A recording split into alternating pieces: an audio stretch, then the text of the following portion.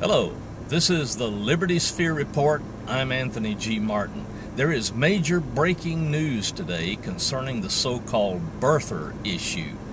Those who have questioned Barack Obama's eligibility to be President of the United States so far have been relegated to the fringe element of society. They have been vilified and demonized by the mainstream media and even by some within the conservative movement as kooks with tinfoil hats. Well, what if a Supreme Court justice begins to question the eligibility of Barack Obama to serve as president of our country?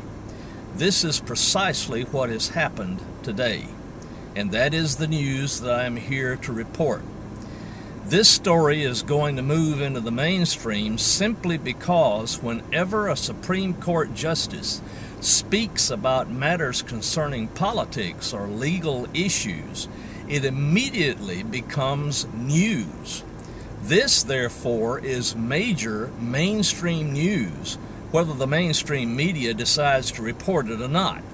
It will be interesting as to whether or not they actually report this story and the angle that they will use to report it if they choose to do so. But back to the news.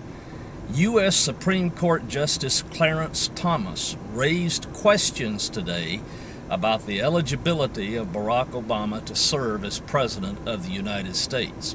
He even went as far as to say that there has been a concerted effort on the part of some within the court and others within the U.S. political system to suppress this story and to prevent any court from ruling on the issue.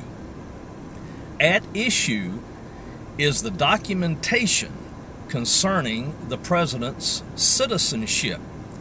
Is he a legal resident of the United States?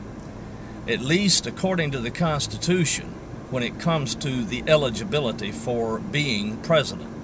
The Constitution states that one must have been born within the United States in order to serve as president. Questions are swirling concerning Barack Obama's birth certificate. So far, the state of Hawaii has not produced a certificate. They say they've had one, but they have not produced it. We saw a copy of something remotely resembling a certificate some time ago, but it was a facsimile, a statement of birth from the hospital in Hawaii where supposedly Barack Obama was born.